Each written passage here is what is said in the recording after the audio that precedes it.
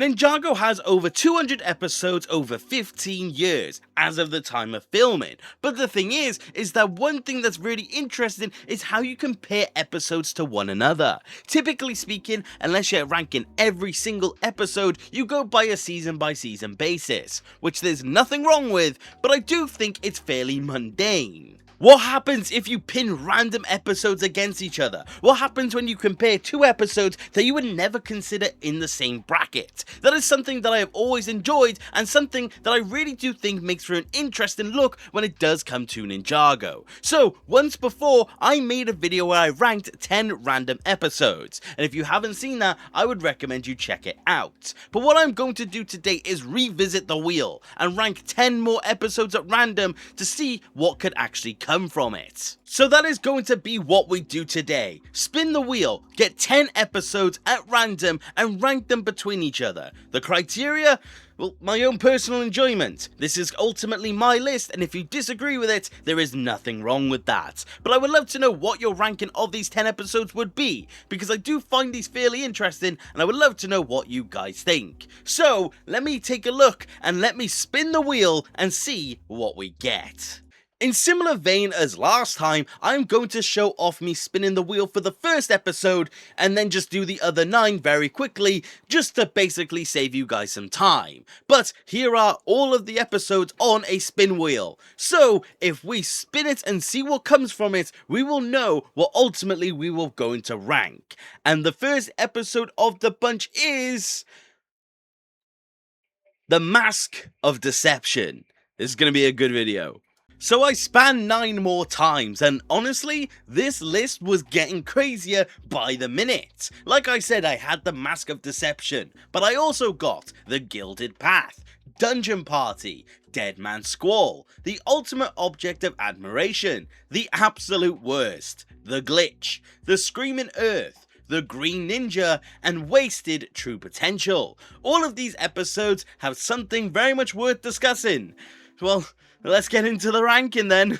You guys have no idea how hard this list was. Coming in at number 10, and ironically, is going to be the Absolute Worst. I feel like this doesn't come as a shock to anyone, but this episode is down there because it's the episode that we are thinking about. This is one of the episodes with the 2D anime style, which I don't think was bad whatsoever, and is honestly the most redeeming part of the episode. But it's just an episode of villains just convening back and forth, a whole lot of nothing really going on, and just one that's just not entertaining in the slightest. Honestly, the art style is the only thing that rescued it for me. I just don't care, and by the end, the entire episode doesn't matter, because Pixel ultimately does capture them still. It's one of those episodes that are just quite universally disliked. I know there are people out there that do like it, and I definitely don't think I dislike it as much as most, but in comparison to all of these other ones, it just had to be down here. So yeah, Absolute Worst, and the number 10 slot.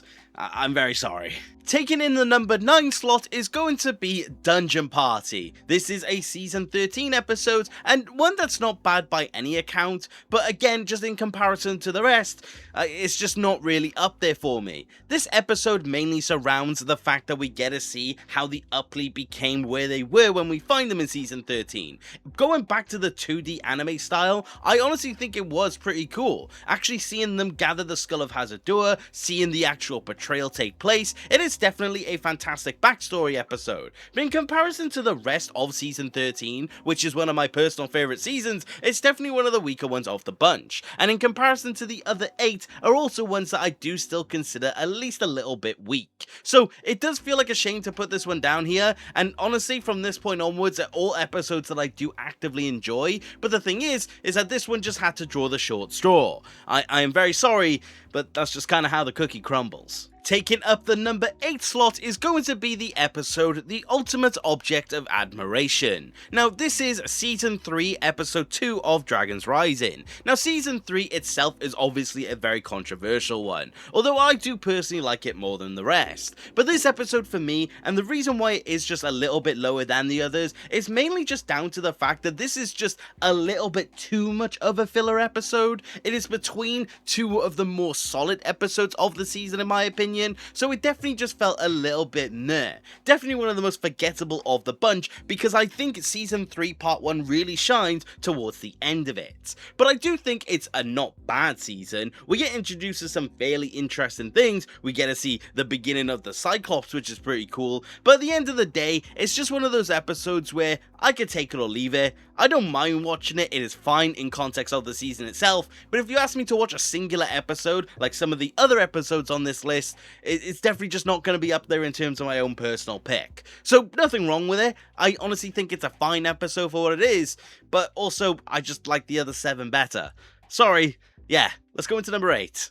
Coming in at number 7 is going to be The Screaming Earth. This episode, again, is actually one that I do fairly like. Obviously coming from a season, though, that is still quite controversial. But this episode actually has a fair bit of stuff going for it. I like the fact that we get more explanation on where Cole was, we get the whole basis of one of my realm theories, we also get to see the uncovering of a source dragon, which I think is pretty cool, we get to see Wu, which is also pretty nice, and we get to see more of the conclusion of the Lee arc when it does come to this season. So I do think this is honestly a very solid episode. I think there's a lot of good going for it, but it's again a simple case of another instance of an episode where just there are others that are better. I like to see all of the ninja fighting off against all of the Lees, and seeing the rest of the ninja struggle to raise the source dragon from the earth. And I love this a lot, but simply put, again, I just prefer the other episodes. Also, Lee's backstory, that's a pretty good one as well. But yeah,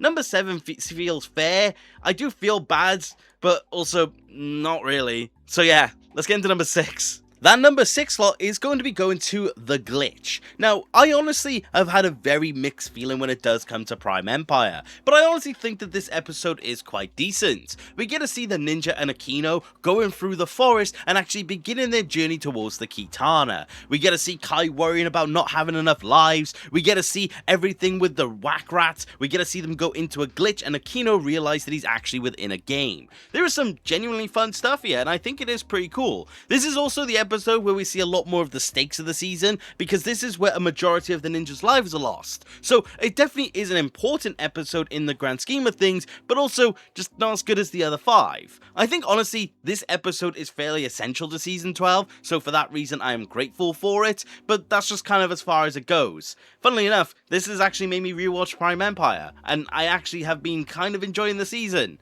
Doesn't mean I like it though, don't get ahead of yourselves. We now come into the top 5, and honestly this is the most difficult aspect of this list for me, because all 5 of these episodes I could argue being higher than the others. I genuinely think all of them are absolutely fantastic, but taking the number 5 slot, and I'm very sad to say, is Wasted True Potential. The opener to season 11 is a personal favourite episode of mine.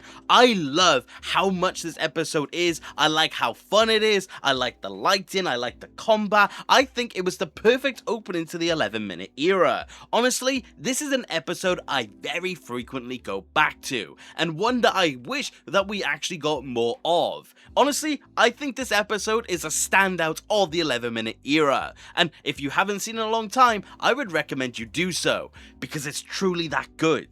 But yeah, unfortunately number 5, I really wanted to justify it being higher, but when the rest of my options was one of the most iconic episodes and Oni trilogy, it became a bit difficult. So yeah, let's get into the others. Taking the number 4 slot is going to be The Gilded Path. Now, this is the season 9 episode of the Oni trilogy involved in this video, and again, I really wanted to have this episode higher, but this episode is genuinely fantastic. We get to see the Resistance and the Sons of Garmadon facing off against each other. We get to see Brown Power, which I do think was a fairly funny bit, but then it's not just that. We get to see some amazing scenes, for example, the one with the first Binjitsu master and the sons of him sat there fishing.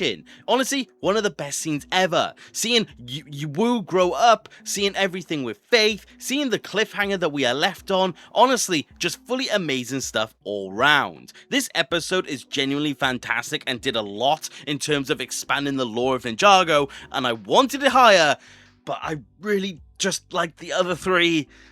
This whole video is me just justifying why I like Ninjago, basically. Let's go into number 3 though.